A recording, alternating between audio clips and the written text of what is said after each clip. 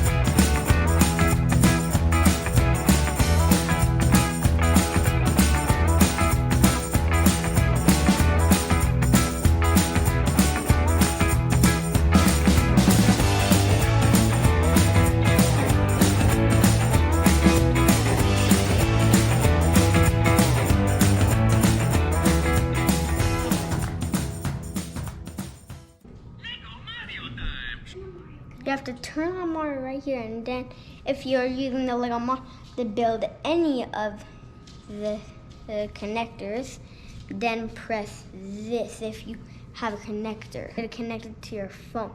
Then press on it to build. Now, if you have all your courses set up and you've connected them all, you can play Super Mario just like the game. So let me break it up to you. So first you put in here, which is one of the start things. So right there, then your 60 seconds are going in. You'll see that you have to kill all the bad guys. Oh, that also happens to me a lot. You have to hit the Pokemon. It's worth coins. And then hit this down the offense. And now, wait for Mario to fly on the cloud.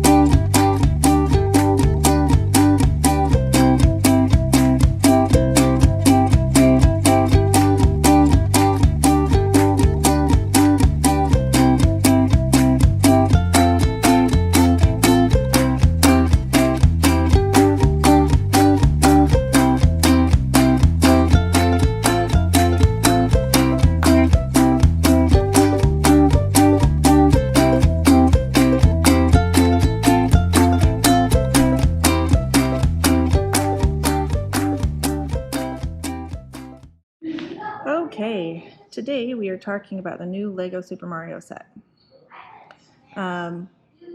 This toy I really like. So not only did I grow up playing Super Mario, but it's an ingenious toy.